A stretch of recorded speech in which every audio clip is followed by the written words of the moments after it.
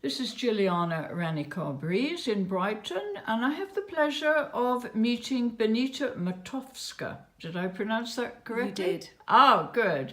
How would you describe yourself, Benita? You're a very enterprising lady. I call myself a social entrepreneur. I'm a public speaker, and I'm an expert in what's known as the sharing economy.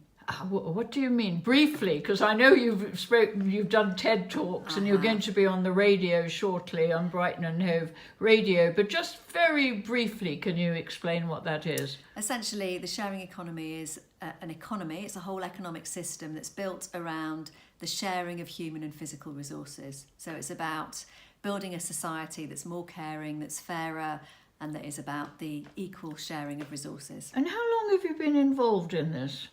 Really since its birth.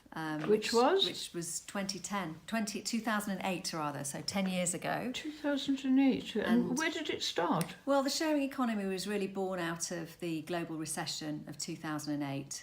And it was really born out of this whole idea that people needed to do more with less. And at that time, Less is more. I had been working in the broadcast industry for over 20 years.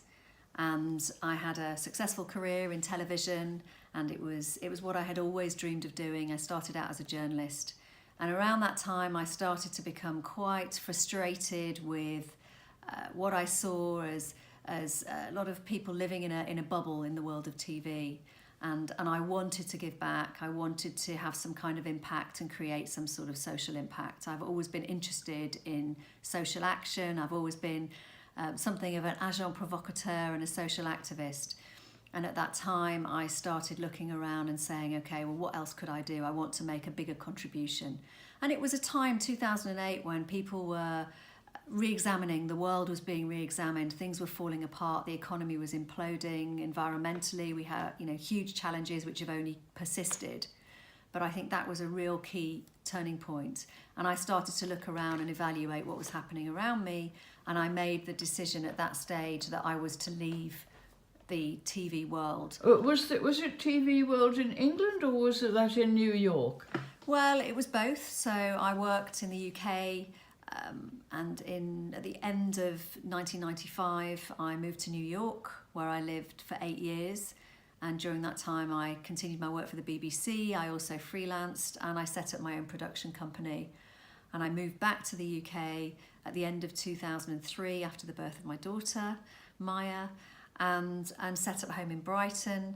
And it was really at that point I continued my work in television, but when 2008, when the recession hit, I, like many others, had a real re-evaluation of what I was doing, and I made a conscious decision to move into the charity sector. And I ended up working as head of global entrepreneurship at Enterprise UK, a charity that was really focusing on inspiring and equipping young people to be entrepreneurial. And I led this global campaign. And it was during that time, because of my title, which was head of global entrepreneurship, which my friends used to joke sounded like head of the world. Yes. And during that time, I would be invited to give presentations, to talk about entrepreneurship, social entrepreneurship. And it was during that time that I was invited to be what was called a counsellor for something called the One Young World Congress. And this was the idea about giving young people from countries around the world a voice. And when I said to the person that was approaching me and asking me if I would accept this position, and I said in my very TV way, I said, well, who else have you got? And they said Desmond Tutu, Bob Geldof, and they reeled off a whole list of names. And I just thought, crikey, and you want me? And sure enough, I turned up at this event, and it was the most humbling experience of my entire life, because I found myself, first of all, backstage with Desmond Tutu, and then walking out onto a platform with someone who you look at the contribution that Desmond Tutu has made to the world, and equally, others that were also there. And it was an incredibly humbling experience. My mum was watching the live stream, she was streaming herself. And I just thought, well, I felt such a fraud in many ways, because I just thought, what's been my contribution? And where was the talk? That took place at, where was it? In London. I should know. Oh, in London. It was in London. It was in okay. London. And there were hundreds of young people from around the world, as well as, of course, you know, lots of celebrity names that had asked to have been counsellors. And following that, I just had this focus and calling on the, you know, the word sharing wouldn't leave me. And I would wake up in the middle of the night and I would just be the word sharing. And I quit my job at Enterprise UK. And people said, okay, you know, Benita, you know, I don't know what she's doing, but she's sharing. And I remember my dad saying to me, you know, well, where's the money in that? What about this, you know, fantastic TV career? And I just said, you know, it's time to give back. And then one morning I woke up and the first thought that came into my head was, what's wrong with the world is there's a shortage of sharing. And I went on to think about the fact that, well, actually we can fix that. And actually, if we can unleash our collective capability, infinite capacity to share, then there's really no end to what we can achieve. And so my work in the sharing economy really stemmed from that time. But you have an acting background, you said to me. Well, because you're a wonderful speaker, and I picked up on the acting. Thank you. Well, I never did any professional acting as such. So as a child, I wanted to become an actress, and I loved being on the stage. And I was involved in a lot of amateur dramatics, albeit I grew up in Leeds, so I was at the Leeds Civic Playhouse and Leeds Civic Theatre, and acting was something that I felt very passionate about, that I really enjoyed doing. So I would say it was something that was very much, you know, up to the age of probably 14, 15, I was very, very involved in the acting world. And I, you know, in terms of public speaking, it's something that I'd always taken an interest in. I was in the school debating society, I was active in my youth group, I was welfare officer, so I was always campaigning for something. I was always giving speeches and campaigning for various different causes. And I suppose my work now is really an extension of that. But I've always been that kind of person that's just, you know, give me a stage and I'm very happy. And I've always loved it. So I think the acting is all part of that mix.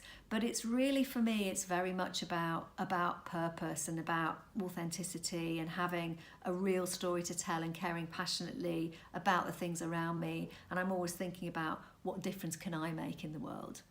So, going back to your broadcasting, you said you worked on things like Woman's Hour. So you must have heard an awful lot of stories.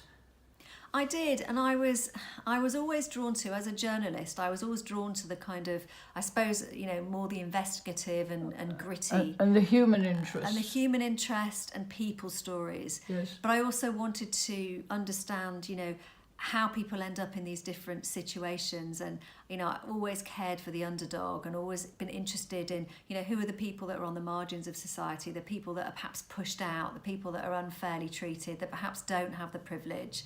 And that's part of that social action driver in me. And so, you know, for Women's Hour, one of the pieces I did, which was looking at how young people were being targeted by a particular cult, and how they were being taken advantage of. And I did another piece that was about solvent abuse and about addictions, but it was really looking at, you know, why do people become addicted, and what was it? What were the events and the environment and the triggers that led up to that moment? So I'm always interested in those human stories and looking at why people end up in those situations, because I do believe that, you know, environment and societal structure has so much to do with, you know, our lot in life.